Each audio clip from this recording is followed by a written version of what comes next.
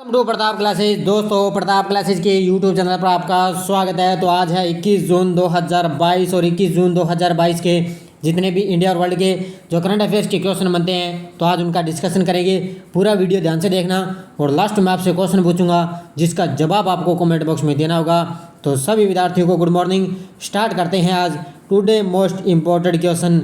और आज आपको पता है 21 जून को अंतर्राष्ट्रीय योग दिवस मनाया जाता है।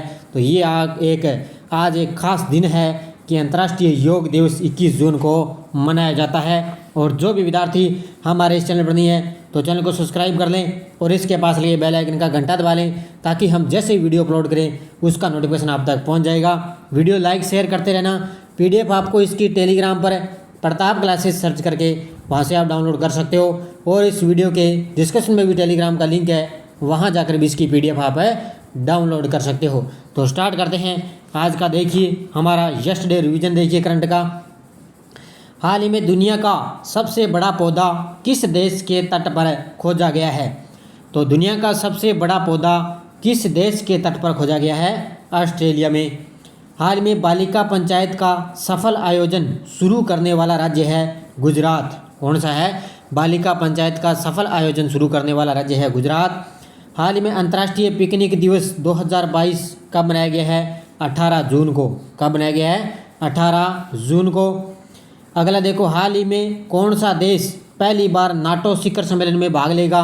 तो ये जापान। कौन सा देश पहली बार नाटो शिखर सम्मेलन में भाग लेगा? जापान।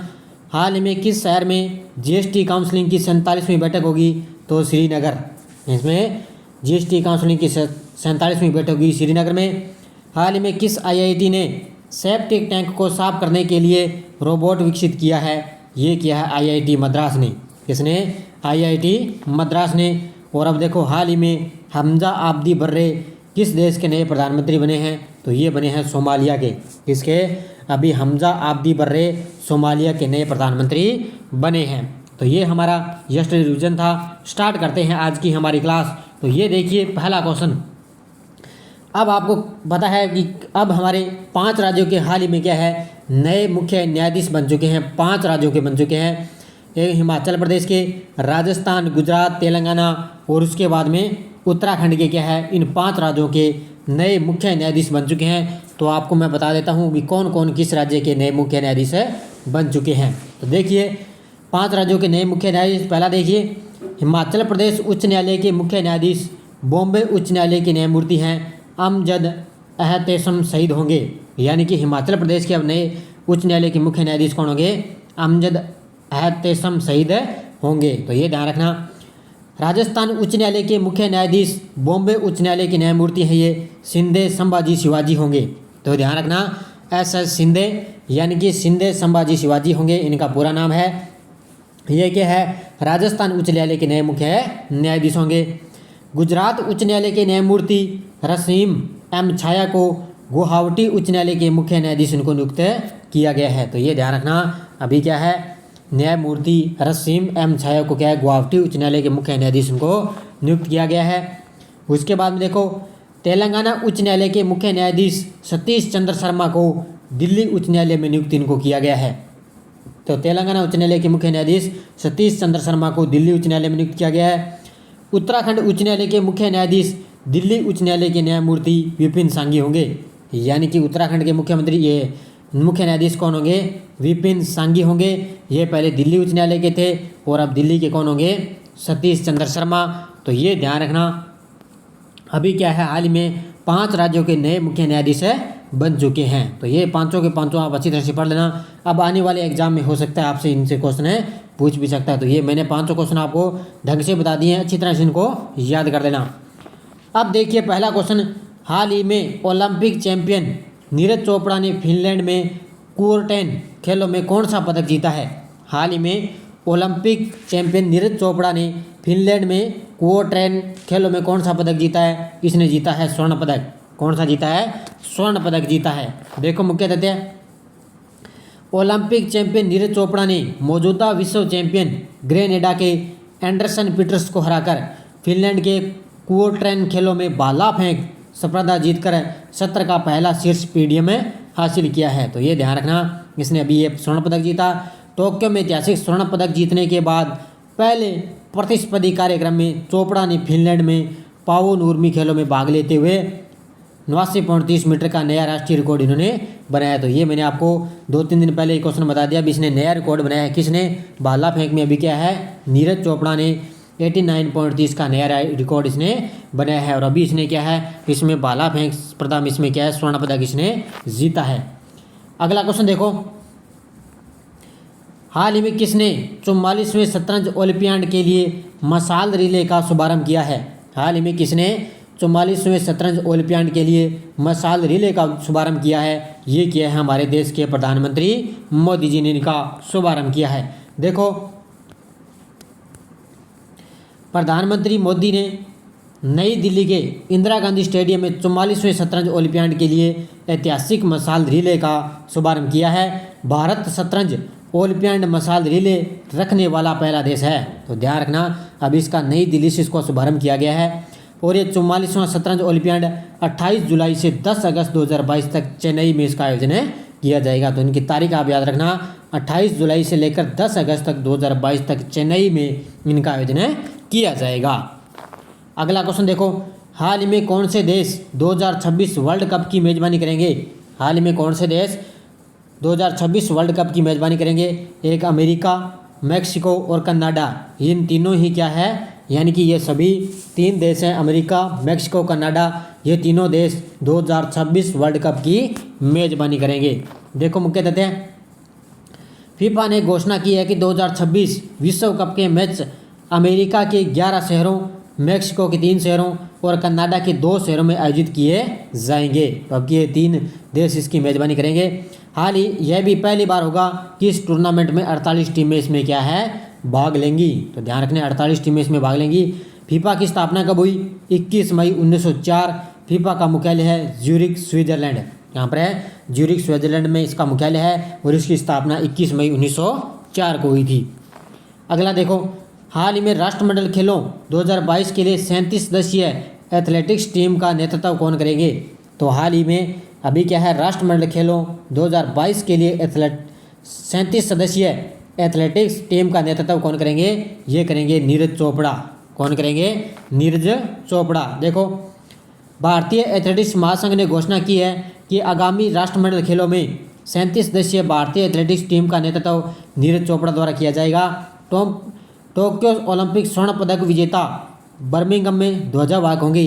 ध्यान रखना, जो टोक्यो ओलंपिक स्वर्ण पदक विजेता हैं वो बर्मिंघम में ध्वजावाहक होंगे, क्योंकि हिमा दास और दूती चंद जैसे स्टार स्विमर्स ने 28 जुलाई से 8 अगस्त तक होने वाले खेलों के लिए अपनी जगह पक्की कर ली है। तो ये ध्यान रखना, अब इसका नेतृत्व कौन करेंगे?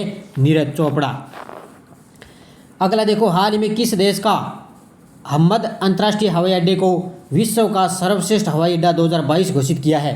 हाल ही में किस देश का हम्मद अंतर्राष्ट्रीय हवाई अड्डा को विश्व का सर्वश्रेष्ठ हवाई अड्डा घोषित किया है? ये है कतर का। किस देश का? ये कतर देश का। देखो, कतर के हम्मद अंतर्राष्ट्रीय हवाई अड्डे को लगातार दूसरे वर्ष विश्व का सर्वश्रेष्ठ हवाई अड्डा घोषित किया गया है। केम्पेगौड़ा अंतर्राष्ट्रीय हवाई अड्डा बेंगलुरु को भारत और दक्षिण एशिया में बेहतरीन क्षेत्रीय हवाई अड्डे क्षेत्र के रूप में इसको घोषित किया गया है। तो अगर आप बेस्ट में पूछे तो सर्वश्रेष्ठ आ चुका है कतर का हम्मद अंतर्राष्ट्रीय हवाई अड्डा। अगर भारत और दक्षिण एशिया में पूछे तो बेंगलुरु का है केम्पेगौड़ा अंतर्राष्ट्रीय हवाई अड्डा, इसको क्या है, बेहतरीन क्षेत्रीय हवाई अड्डे क्षेत्र इसको घोषित किया गया है। तो ये ध्यान रखना, अच्छी तरह से पढ़ लेना। हाल ही में किसने राष्ट्रीय योग ओलंपियाड 2022 का उद्घाटन किया है? तो ये किया है हमारे शिक्षा मंत्री धर्मेंद्र प्रधान ने। जिसने? शिक्षा मंत्री धर्मेंद्र प्रधान ने राष्ट्रीय योग ओलंपियाड 2022 का उद्घाटन किया है। देखो, नई दिल्ली में शिक्षा मंत्री धर्मेंद्र प्रधान द्वारा राष्ट्रीय योग ओलंपियाड 2022 और प्रश्नोत्तरी प्रतियोगिता का उद्घाटन किया है। इस वर्ष के आगामी राष्ट्रीय योग ओलंपियाड में 26 राज्य और केंद्र शासित प्रदेश क्षेत्रीय शिक्षण संस्थानों के प्रदर्शन बहुउद्देशीय स्कूलों के लगभग 600 छात्र इसमें भाग लेंगे। तो अभी ध्यान रखना, इसमें 600 छात्र लगभग भाग लेंगे और 26 राज्यों में इसको क्या है, इसका प्रदर्शन है, उद्घाटन इसका किया गया है। अगला देखो, हाल ही में किस देश ने तीसरे विमान वाहक पोत फुजियान को लॉन्च किया है? यानी कि किस देश ने तीसरे विमान वाहक पोत फुजियान को लॉन्च किया है? तो ये किया है चाइना देश ने। किसने किया है? चाइना देश ने। देखो, चीन ने अपना तीसरा विमान वाहक पोत लॉन्च किया है, जो देश का सबसे उन्नत और पहला पूरी तरह से स्वदेशी नौसैनिक ये पोत है। पूर्वी महानगर से आधिकारिक मीडिया रिपोर्टों के अनुसार फुजियान विमान वाहक पोत को शंघाई के जियांगन स्क्वाड में एक संक्षिप्त समारोह में इसको लॉन्च किया गया है, यानी कि संक्षिप्त समारोह में इसको लॉन्च किया गया है। किसके द्वारा? चीन के द्वारा इसने तीसरा विमान वाहक पोत इसने लॉन्च किया है। नाम अच्छी तरह से याद रखना इसका। हाल ही में कौन सा शहर साइबर सुरक्षा और राष्ट्रीय सुरक्षा पर राष्ट्रीय शिखर सम्मेलन की मेजबानी करेगा? तो ये करेगा नई दिल्ली। कौन करेगी? अभी है राष्ट्रीय राजधानी नई दिल्ली। वो क्या है? साइबर सुरक्षा और राष्ट्रीय सुरक्षा पर है राष्ट्रीय शिखर सम्मेलन की मेजबानी करेगा। देखो, राष्ट्रीय राजधानी के विज्ञान भवन में गृह मंत्रालय द्वारा साइबर सुरक्षा और राष्ट्रीय सुरक्षा पर एक राष्ट्रीय सम्मेलन आयोजित किया जाएगा। मंत्रालय के अनुसार केंद्रीय मंत्री अमित शाह सम्मेलन के मुख्य अतिथि होंगे। तो इसमें क्या है? केंद्रीय मंत्री हमारे अमित शाह, वो इसमें गृह मंत्रालय के अनुसार हमारे मुख्य अतिथि होंगे। तो अभी किसके द्वारा? नई दिल्ली के द्वारा इसका आयोजन है, यानी कि मेजबानी करेगी नई दिल्ली। अब देखो, पिछले वीडियो का क्वेश्चन है, हाल ही में BWF इंडोनेशिया मास्टर 2022 का खिताब किसने जीता है? तो विक्टर एक्सेलेसन और चेन यूफी, इन दोनों ने क्या है अभी BWF इंडोनेशिया मास्टर 2022 का खिताब जीता है। विक्टर एक्सेलेसन क्या है? इन्होंने पुरुष एकल में खिताब जीता है और इन्होंने महिला एकल में खिताब जीता है। तो ये ध्यान रखना। सभी विद्यार्थियों ने बड़े शानदार जवाब दिए। अब देखो आगे क्वेश्चन फॉर यू कल के लिए।